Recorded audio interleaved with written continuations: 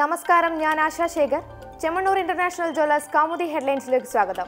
Powered by Fortune industries, presented by Baba easy English, in association with high sleep mattresses. മൊഴിയെടുപ്പിന്റെ marathon. നടി ആക്രമിക്കപ്പെട്ട കേസുമായി ബന്ധപ്പെട്ട് ദിലീപിന് മാരത്തോൺ മൊഴിയെടുപ്പ്. ആലുവ പോലീസ് ക്ലബ്ബിൽ 12:30 ആരംഭിച്ച തെളിവെടുപ്പ് ഇപ്പോഴും തുടരുന്നു. ADGP ബി സന്ധ്യയുടെ നേതൃത്വത്തിൽ നടനെയും മാനേജരെയും നാദൃശ്യയെയും ചോദ്യം ചെയ്യുന്നത് ഗൂഢാലോചന കേസിലെന്ന് പോലീസ്. വിഷയത്തിൽ സിനിമാ പ്രവർത്തകർക്കിടയിൽ തർക്കം തുടരവെ താരസംഘടനയായ അമ്മയുടെ നിർവാഹക സമിതി യോഗം കൊച്ചിയിൽ.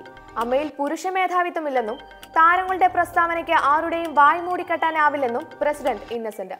കോടതിയുടെ പരിഗണനയിലുള്ള വിഷയത്തിൽ അനാവശ്യ പ്രസ്താവനകൾ നടത്തി വിവാദമാക്കേണ്ട കാര്യമില്ലെന്നും വിശദീകരണം. അതേസമയം കേസുമായി ബന്ധപ്പെട്ട കാര്യങ്ങൾ ഇന്ന് ചർച്ച ചെയ്യില്ലെന്നും സൂചന. സിനിമാ മേഖലയിൽ വിവാദത്തിന് വഴിവെച്ചത് അക്രമത്തിനിരയായ നടിക്ക് പ്രതി പൾസർ സുനിയുമായി അടുത്ത പരിചയമെന്ന ദിലീപിന്റെ പ്രസ്താവന. അതിനിടെ അപകീർത്തി പരാമർശത്തിൽ ദിലീപിനെതിരെ രൂക്ഷ വിമർശനവുമായി വനിതാ കമ്മീഷൻ. നടിയും അക്രമിയും സുഹൃത്തുക്കളെന്ന താരത്തിന്റെ പ്രസ്താവന നിഗൂഢമെന്ന് അധ്യക്ഷ MC ജോസഫൈൻ.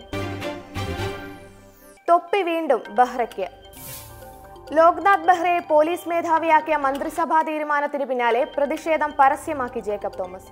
സീനിയോറിറ്റിയുടെ അടിസ്ഥാനം പരീക്ഷയിൽ കൂടുതൽ മാർക്ക് വാങ്ങി റാങ്ക് ലിസ്റ്റിൽ മുന്നിൽ വരുന്നതെന്ന് പരിഹാസം. IMG ഡയറക്ടർ സ്ഥാനം മികച്ചതെന്നും മുഖ്യമന്ത്രിയുമായുള്ള കൂടിക്കാഴ്ചയിൽ അസ്വാഭാവികതയില്ലെന്നും പ്രതികരണം. TP സെൻകുമാറിന്റെ കാലാവധി വെള്ളിയാഴ്ച അവസാനിക്കാനിരിക്കെ ബെഹ്റയെ വീണ്ടും പോലീസ് മേധാവിയാക്കി സർക്കാർ തീരുമാനമെടുത്തത് ഇന്നത്തെ മന്ത്രിസഭാ യോഗത്തിൽ. പോലീസ് മേധാവി സ്ഥാനത്തേക്ക് ലോക്നാഥ് ബെഹ്റയ്ക്ക് പുറമെ സീനിയോറിറ്റി അടിസ്ഥാനത്തിൽ പരിഗണിച്ചത് ജേക്കബ് തോമസിന്റെയും അരുൺകുമാർ സിൻഹയുടെയും പേരുകൾ. സർക്കാരിന് നന്ദിയെന്നും വിവാദങ്ങൾ തന്നെ അലട്ടുന്നില്ലെന്നും ലോക്നാഥ് ബെഹ്റ. പകുതിയിൽ നിർത്തേണ്ടി വന്ന കാര്യങ്ങൾ പൂർത്തിയാക്കുന്നതിന് പ്രഥമ പരിഗണനയെന്നും നിയുക്ത മേധാവി. അതേസമയം ലോക്നാഥ് ബെഹ്റ വിജിലൻസ് ഡയറക്ടർ സ്ഥാനം ഒഴിയുന്നതോടെ പകരം മാറുന്ന കാര്യം അവ്യക്തം. കത്തയച്ച് പ്രതിപക്ഷം. സംസ്ഥാനത്ത് പനിമരണങ്ങൾ തുടർക്കഥയാകവെ വിഷയത്തെക്കുറിച്ച് വിശദ പഠനം നടത്താൻ കേന്ദ്ര ആരോഗ്യമന്ത്രിക്ക് കത്തയച്ച് രമേശ് ചെന്നിത്തല. പകർച്ചവ്യാധികൾ ബാധിച്ച് കേരളത്തിൽ നിരന്തരം ആളുകൾ മരിച്ചുകൊണ്ടിരിക്കുന്നെന്നും ആശുപത്രികളിൽ ചികിത്സയിൽ കഴിയുന്നത് 10,000-ങ്ങളെന്നും JP നദ്ദയ്ക്ക് അയച്ച കത്തിൽ പ്രതിപക്ഷ നേതാവ്. പനി നിയന്ത്രണ വിധേയമാക്കുന്നതിൽ സർക്കാർ പൂർണ്ണ പരാജയം. മെഡിക്കൽ കോളേജുകളിലും ആരോഗ്യ ഗവേഷണ കേന്ദ്രങ്ങളിലും രോഗികൾ മരിച്ചു വീഴുന്നതിന്റെ ശാസ്ത്രീയ കാരണങ്ങൾ കണ്ടുപിടിക്കാനായിട്ടില്ല. ദുരവസ്ഥയ്ക്ക് പിന്നിൽ അടിസ്ഥാന സൗകര്യങ്ങളിലെ പരിമിതിയും വിദഗ്ധരുടെ അഭാവവും. പ്രതിസന്ധി പരിഹരിക്കാൻ കേന്ദ്രത്തിൽ നിന്ന് വൈദ്യസംഘത്തെ അയക്കണമെന്നും ആവശ്യം. തലവനോ തലൈവിയോ. രാഷ്ട്രപതി തെരഞ്ഞെടുപ്പിനായുള്ള പ്രചരണം പുരോഗമിക്കവെ വരണാധികാരിക്ക് മുന്നിൽ നാമനിർദ്ദേശ പത്രിക സമർപ്പിച്ച പ്രതിപക്ഷ സ്ഥാനാർത്ഥി മീരാകുമാർ.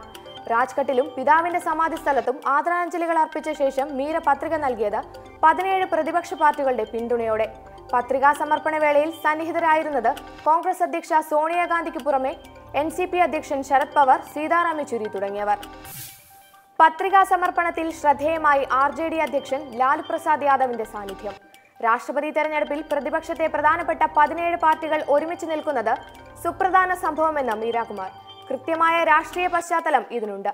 തന്റേത് രാജ്യത്തിന്റെ മൂല്യങ്ങൾ സംരക്ഷിക്കാനുള്ള ആശയപരമായ പോരാട്ടമെന്നും മുൻ Lok Sabha speaker. Chemmanur international Jewellers Kaumudi headlines സമാപിക്കുന്നു. Powered by Fortune industries, presented by Baba easy English, in association with high sleep mattresses. അടുത്ത ഹെഡ്ലൈൻസ് 1 മണിക്കൂറിന് ശേഷം. നമസ്കാരം.